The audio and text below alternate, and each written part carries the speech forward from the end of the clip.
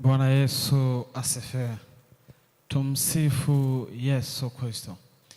Niwakaribishe katika ibada ya siku hii ya leo, ambapo ni neema tena Mungu wa mbinguni ametujalia kuwepo katika ibada ya siku hii ya leo. Kwa majina ninaitwa Elia Kurwa.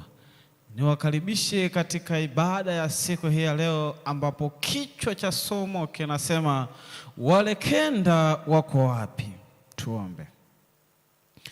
Mtakatifu Baba wa mbinguni, ninakusihi na kukuomba katika somo hili la leo, na kusihi ukalitafasiri kiasi ambacho msikilizaji litamsogeza karibu na msalaba wa Kalvari. Hata mimi mnenaji unisaidie, Mungu wa mbinguni, nikapate kuyaishi nitakayoyasema. Roho wako mwema wewe pamoja nasi mianzo hadi mwisho, kwa jina la Yesu Kristo, amen. Kichwa cha somo katika ibada ya siku hii ya leo kinasema wale kenda wako wapi? Katika kitabu cha Luka 17 na ile fungu la 11 ndipo mahala ambapo somo letu la leo limejikita. Biblia inaanza kwa kusema, ikawa walipokuwa njiani kwenda Yerusalemu, alikuwa akipita katikati ya Samaria na Galilaya. Na alipoingia katika kijiji kimoja, alikutana na watu 10 wenye ukoma, wakasimama mbali. Bwana Yesu asifiwe. Yaani, wakati Yesu alipokuwa duniani, moja ya maeneo aliyokuwa anapenda kutembelea ni Yerusalemu. Na Yerusalemu alikuwa akienda ili kuwafanya wale watu wakubali ukweli, kuwafanya wale watu wabadilike, japo pamoja na juhudi za Yesu wale watu hawakubadilika, walikuwa na mioyo migumu. Sasa Yesu yuko njiani, anapita katikati ya Samaria na Galilaya. Habari zake Yesu zilikuwa zimejulikana, na wakati akiwa anapita, watu wenye ukoma 10 waliposikia habari za Yesu wakasimama mbali, wakaanza kumwomba Yesu awaponye katika ugonjwa wa ukoma. Na kipindi kile ugonjwa wa ukoma ulikuwa ni ugonjwa ambao ulikuwa mtu anatengwa na jamii. Kwa hiyo katika kipindi kile watu wenye ukoma 10 walikuwa wametengwa. Walikuwepo waliokuwa Wayahudi na Wasamaria. Kwa hiyo wote kwa pamoja walitengwa na kuonekana watu wasiofaa, kama jinsi ilivyo katika siku hii, katika nyakati hizi, ya kwamba kuna watu ambao wanatengwa katika jamii na kuonekana watu ambao hawafai. Ila niwaambieni ya kwamba wale watu tunaoona hawafai na kuwatenga katika jamii, Yesu anawapenda, na hivyo sisi ambao tunamjua Mungu tuwapelekee habari za Yesu anayewapenda. Yesu anapoona watu wenye ukoma wamejitenga mbali kwa sababu ya ukoma wao, Yesu anawahurumia. Sikiliza, kuna nyakati fulani, kuna mambo ambayo yametutenga mbali na Mungu. Yaani kuna nyakati fulani tumezama katika maisha ya ulimwengu, tumezama katika maisha ya dhambi ambayo yametutenga mbali na Yesu. Yaani yametufanya tusimame umbali mrefu kutoka kwa Yesu. Sikiliza, kuna watu ambao walikuwepo ndani ya kanisa, walikuwa ni washiriki wazuri, huenda ni vijana, lakini walikuwa ni watu ambao wanahudhuria katika ibada. Ile imefikia mahala wamegeuka, wakaenda mbali na Mungu. Sikiliza, haijalishi uko umbali mrefu kiasi gani, haijalishi uko umbali mrefu kiasi gani, ukimwita Yesu, Yesu atasikia sauti yako. Hawa watu wenye ukoma wanakuwa mbali, wanasimama mbali, wanamuita Yesu ili apate kuwaponya. Sikiliza, Yesu anasikia sauti yao na anawaambia, enendeni kwa makuhani mkajionyeshe. Na wakati walipokuwa wakienda walitakasika. Nisikilize, haijalishi kijana mwenzangu umetanga mbali kiasi gani, haijalishi umeenda umbali mrefu kiasi gani katika maisha unayoishi, sikiliza, huko uliko ukimwita Yesu, Yesu atasikia maombi yako. Bwana Yesu asifiwe. Wewe mama ambaye unaomba kwa ajili ya watoto wako, huenda watoto wako wametanga mbali, wamesimama mbali sana katika maisha ya hapa ulimwengu. Huenda kuna mwingine ameenda umbali mrefu katika maisha ya unywaji wa pombe. Kuna mwingine ameenda umbali mrefu katika maisha ya uzinzi. Kuna mwingine ameenda umbali mrefu katika maisha yasiyofaa, maisha ya uvutaji wa madawa ya kulevya. Acha nikwambie, sikiliza, Yesu bado anasikia sauti. Hivyo huko uliko ukimwita yeye, atakuokoa na atakutoa katika hayo maisha unayoishi na atakufanya kuwa mpya. Jiulize, ni kitu gani ambacho kimekutenga na Yesu? Kuna vijana wenzangu ambao baada ya kutoka kwenye maeneo ya nyumbani kwao, walipofika mjini walimuasi Mungu. Yaani kuna wale ambao walipotoka maeneo ya nyumbani wamefika mjini, wakaenda mbali mrefu na imani. Huenda wakajiingiza katika maisha ya unywaji wa pombe, wakajiingiza katika makundi ya ulevi, wakajiingiza katika makundi ya unywaji wa pombe. Acha nikwambie katika siku hii ya leo, haijalishi umeenda umbali mrefu kiasi gani, sikiliza, hawa wenye ukoma walisimama umbali mrefu kwa sababu ya ukoma waliokuwa nao. Huenda hata wewe unayenisikiliza, kuna jambo fulani ambalo limekufanya usimame umbali mrefu kutoka kwa Yesu. Acha nikwambie katika siku ya leo, ukimwita Yesu, Yesu atasikia maombi na atakuponya na kukuokoa kutoka katika hayo maisha ulionayo. Biblia inaendelea kusema, wakapaza sauti wakisema, Yesu Bwana mkubwa, uturehemu. Alipoona aliwaambia, enendeni mkajionyeshe kwa makuhani. Ikawa walipokuwa wakienda walitakasika. Bwana Yesu asifiwe. Kwa hiyo hawa watu wanamuita Yesu ili awaponye, na Yesu anawaambia kwamba ili ninyi mpate kuponya ni lazima muende kwa makuhani. Tafasiri yake nini? Tafasiri yake ni kwamba ili Yesu afanye mambo katika maisha yetu, anataka atukute tukiwa tuko standby. Yaani Mungu anataka tukute tukiwa na jambo fulani ambalo tuko na jambo fulani, ili kwa kutoka katika kile tulicho nacho Mungu atubariki. Kichwa cha somo kinasema, wale kenda wako wapi? Hao wenye ukoma walikuwa ni 10. Na baada ya kuambiwa waende kwa makuhani wakajionyeshe, na walipokuwa wakienda, Biblia inasema hivi, na walipokuwa wakienda walitakasika. Na mmoja wao alipoona kwamba amepona, alirudi huku akimtukuza Mungu kwa sauti kuu. Bwana Yesu asifiwe. Yaani wakati wanamuita Yesu awaponye kutoka katika ugonjwa wa ukoma, walikuwa ni watu 10, ila baada ya kutakaswa aliyerudi ni mmoja. Sikiliza, Mungu tumemwomba mambo mangapi na hatujakumbuka kurudi kumshukuru. Bwana Yesu asifiwe. Kuna wakati ambapo tulikuwa na shida, wakati ambapo tulimuomba Mungu, wakati ambapo tulidumu katika maombi tukimwomba Mungu juu ya jambo fulani. Maybe ulikuwa unamwomba Mungu kwa ajili ya kupata mwenzo wa maisha, mwingine alikuwa anamwomba Mungu kwa ajili ya kazi, mwingine alikuwa anamwomba Mungu ili kupata amani, lakini baada ya Mungu kujibu maombi yako umerudi kumshukuru. Bwana Yesu asifiwe. Watu wengi tumekuwa tukienda mazima wakati ambapo tukiwa Mungu amejibu maombi yetu.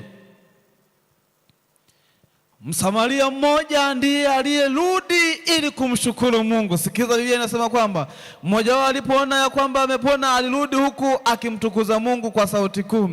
Akaanguka kifudifudi miguuni pake akamshukuru, naye alikuwa ni Msamaria. Yesu akajibu akanena, hawakutakaswa wote 10? Wale 9 wako wapi? Bwana Yesu asifiwe.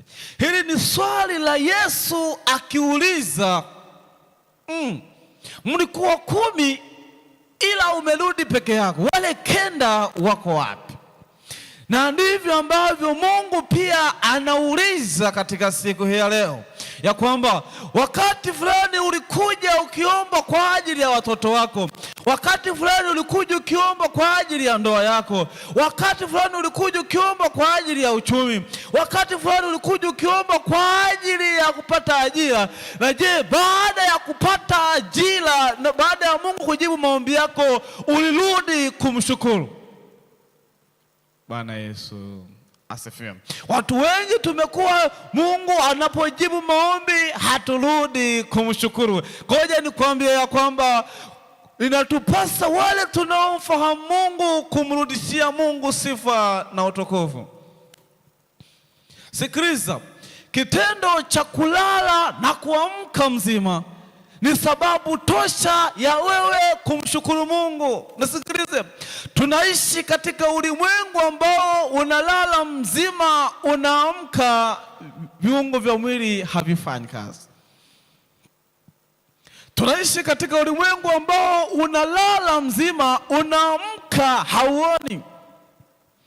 Tunaishi katika ulimwengu ambao unalala ukiwa mzima, unaamka mwili upande mwingine umepooza.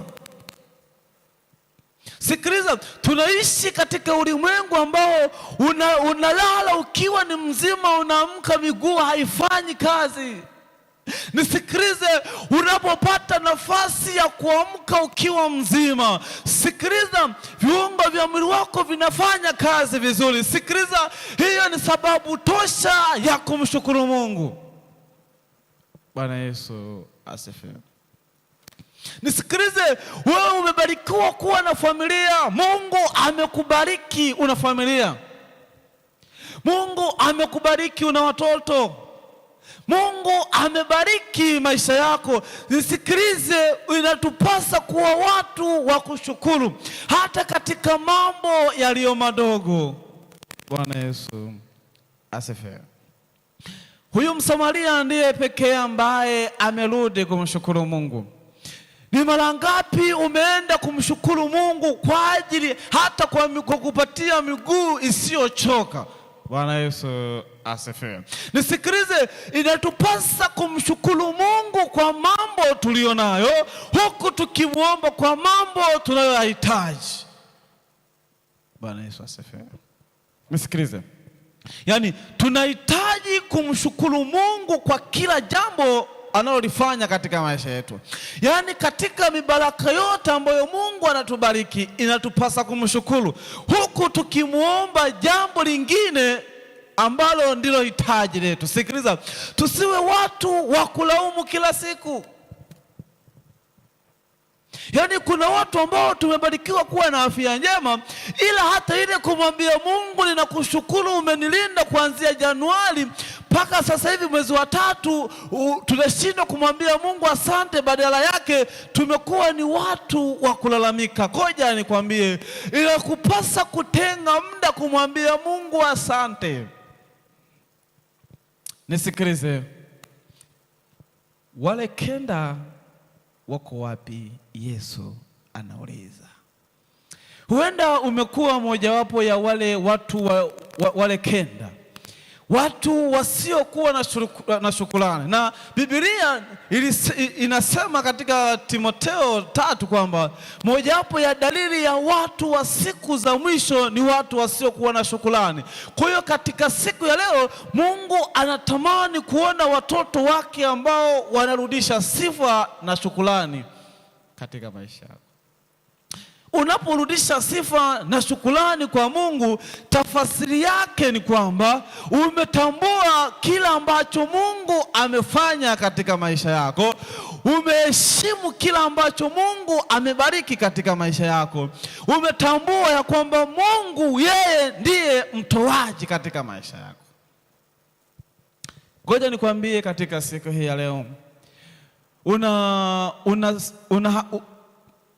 una sound mind, yaani una uwakili ambayo inafanya kazi vizuri. Mshukuru Mungu. Bwana Yesu asifiwe. Yaani una akili ambayo inafanya kazi vizuri. Mshukuru Mungu. Una mahitaji ya kila siku, una uwezo wa kupata mahitaji ya kila siku. Hiyo ni sababu tosha ya kumshukuru Mungu. Unaishi, una familia, hiyo ni sababu tosha ya kumshukuru Mungu. Yaani kila jambo imetupasa kumshukuru Mungu. Yaani tumshukuru Mungu kwa walio mema, pia tumshukuru Mungu hata kwa nyakati ambazo ni ngumu katika maisha yetu. Moja ya nyakati ambazo ni ngumu kumshukuru Mungu ni zile nyakati za shida. Yaani zile nyakati ambazo unapitia wakati mgumu, wengi huwa tunadhani ya kwamba Mungu ametuacha, ila kumbe Mungu yuko pamoja na sisi. Sikiliza, hizo ndizo nyakati ambazo zinatupasa kumshukuru Mungu kuliko hata nyakati zingine. Kwa hiyo katika maisha yetu inatupasa kumshukuru Mungu katika nyakati nzuri, hata katika nyakati mbaya. Yaani tunapopitia wakati mzuri, tunapopitia wakati mbaya, wote kwa pamoja tumshukuru Mungu, kwa sababu yeye anakusudi katika kila jambo analolifanya, anaoruhusu litokee katika maisha yetu. Wale kenda wako wapi lilikuwa ni swali la Yesu, akimuuliza yule Msamaria. Biblia inasema hivi, Yesu akajibu akanena, hawakutakaswa wote 10? Wale kenda wa wapi? Je, hawakuonekana waliorudi kumpa Mungu utukufu ila huyu mgeni? Akamwambia, inuka uende, enenda zako, imani yako imekuokoa. Ngoja niwaambieni ya kwamba mojawapo ya vitu ambavyo vimesababisha Mungu asijibu maombi yetu ni ile tabia ya kutokuwa na shukrani kwa Mungu. Yaani Mungu amekubariki kuwa na afya njema, una uwezo wa kutembea, una uwezo wa kushika, una uwezo wa kuona, lakini hata ile tu kwenda kumwambia Mungu asante imekuwa ni ngumu. Ngoja nikwambie katika siku ya leo, nenda ukamwambie Mungu asante kwa kila jambo. Na watu wengi tunasubiriki tu mpaka Mungu afanye jambo la ajabu la kutisha ndipo uende kumshukuru Mungu. Nisikilize, hata kile kitendo wewe tu cha kuamka ukiwa mzima ni nafasi ya kumshukuru Mungu. Hata kuna nyakati, ni kweli tunapitia nyakati ngumu, nyakati za kukata tamaa, nyakati ambazo kiuhalisia ukizitazama unasema Mungu ameniacha. Nisikilize, Mungu hajakuacha, ila maadamu uko hai unaishi, haijalishi unapitia situation gani katika maisha, mshukuru Mungu, kwa sababu yeye ana uwezo wa kukutoa katika changamoto ulionayo. Pia ana uwezo wa kukuacha katika changamoto hiyo, lakini akakupatia nguvu, akakutia nguvu ya kuweza kustahimili katika hiyo changamoto unayopitia. Wale kenda wako wapi? Tujifunze kumshukuru Mungu katika maisha yetu, kwa sababu Mungu yeye anafanya mambo makubwa sana katika maisha yetu. Kwa hiyo katika maisha yetu tumshukuru Mungu kwa kila jambo. Umefanikiwa kumaliza shule salama, mshukuru Mungu. Umefanikiwa kuingia katika ndoa, nenda ukamshukuru Mungu. Wewe ambaye una wazazi wako ambao bado wako hai, mshukuru Mungu kwa ajili ya wazazi wako. Wewe ambaye bado kuna mahusiano mazuri katika familia, yaani wala ni ambao bado katika familia kuna mahusiano mazuri, ndugu, kaka na dada, kuna uwezo wa kuelewana vizuri, nawaambia mshukuru Mungu. Wewe ambaye nyumbani kuna amani, nenda kumshukuru Mungu. Maana kuna familia ambazo ndugu kwa ndugu hawaelewani, ni mwendo wa kulogana, ni mwendo wa visasi, ni mwendo wa kutafutiana sababu. Sikiliza, ngoja nikwambie, mshukuru Mungu kama nyumbani kuna mahusiano mazuri. Mzazi, umefanikiwa kuwa na familia nzuri, watoto ambao wanakusikia, ukiwaambia wanatekeleza. Nisikilize, nenda ukamshukuru Mungu, mwambie asante Mungu kwa kunipatia watoto ambao wananitii. Nisikilize kijana ambaye unanisikiliza, wewe umefanikiwa kuwa na wazazi wanaoeleweka, wazazi ambao wamekulea, wamekupatia malezi yote. Nisikilize, usichukulie kawaida, nenda ukamshukuru Mungu kwa ajili ya hilo. Mungu amekubariki, umepata mwanamke mzuri ambaye anakutii, nenda ukamshukuru Mungu. Mungu amelinda biashara zako, unafanya biashara vizuri. Ngoja nikwambie katika siku hii ya leo, nenda ukamshukuru Mungu. Kumshukuru Mungu ifanye kuwa ni shughuli yako ya kila siku. Sometime usiende na maombi kwa Mungu, yaani siku moja amua kwenda kanisani, yaani siku ambayo haupeleki haja kwa Mungu, ila unaenda kumshukuru Mungu. Mwambie leo, Mungu, mimi nimekuja kukushukuru kwa kila jambo ulilofanya katika maisha yangu, kwa kila jambo nililonalo katika maisha yangu, kwa sababu yeye ndiye anayetenda katika maisha yetu. Ngoja niwaambieni ya kwamba kumshukuru Mungu ni swala la msingi sana. Yaani unatakiwa kila hatua tunayopitia katika maisha yetu, chukua muda, mshukuru Mungu. Usichukulie kuwa ni kawaida hapo ulipofikia. Yaani hata tu kuweza kufikisha miaka 20, miaka 30, miaka 40, hiyo ni nafasi pekee ya kwenda kumshukuru Mungu. Maana kuna wengine walipozaliwa tu walikufa. Upo katika ajira kwa miaka mingi, sikiliza, chukua siku moja, nenda ukamshukuru Mungu. Maana kuna wengine tu walipoajiriwa walikufa, hata wakunufaika na. Sikiliza, umefanikiwa kuingia katika ndoa na ndoa inaendelea vizuri, nisikilize, nenda kumshukuru Mungu. Kuna wengine tu walipoingia katika ndoa walifariki, nenda ukamshukuru Mungu. Sijui ni jambo gani ambalo wewe utalichukua katika siku hii ya leo, lakini katika siku ya leo Mungu anatamani kuona watu ambao wenye shukrani. Hata mzazi tu nyumbani huwa anatamani kuona watoto ambao wana shukrani. Kwa ukiwalisia, kumshukuru Mungu ni sehemu ya maisha ya Mkristo. Ngoja nikwambie, hata kama haumfahamu Mungu, hata kama hauna dini, ila maadamu unaishi, haijalishi unapitia nini katika maisha yako, mshukuru Mungu hata kukupatia nafasi ya kuishi. Nenda ukamshukuru Mungu. Katika maisha yetu inatupasa kumshukuru Mungu kwa mambo mengi, na inakupasa kumshukuru Mungu kila siku, kwa sababu Mungu akikupatia tu nafasi ya kuamka siku ni neema. Nenda ukamshukuru Mungu. Katika siku hii ya leo ninakupendekezea ukamshukuru Mungu kwa mambo haya. Yako mambo mengi ambayo Mungu amekufanyia katika maisha yako. Yapo mambo mengi ambayo Mungu ametenda katika maisha yako, na huenda haukwenda kumshukuru. Nisikilize, nenda ukamshukuru Mungu kwa sababu yeye ndiye anayefanya.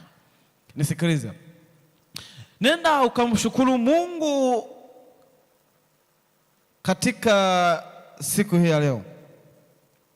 Nenda ukamshukuru Mungu kukupatia mikono yenye uwezo wa kushika vitu. Nenda ukamshukuru Mungu kukupatia miguu inayoweza kutembea bila kuchoka, miguu ambayo haikusumbui. Nenda ukamshukuru Mungu. Nenda ukamshukuru Mungu kuwa na uwezo wa kuona vizuri. Nenda ukamshukuru Mungu. Sikiliza, hausumbuliwi na madonda ya tumbo, hausumbuliwi na magonjwa yoyote yale. Nisikilize, nenda ukamshukuru Mungu. Sikiliza, una uwezo wa kufikiria vizuri, akili yako haijaathiriwa na madawa ya kulevya. Nisikilize, nenda ukamshukuru Mungu kwa sababu yeye ametenda katika maisha yako.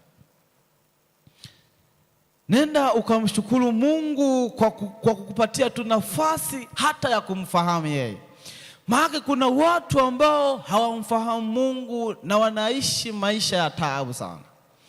Maisha ya utumwa wa dhambi ni maisha yenye shida sana.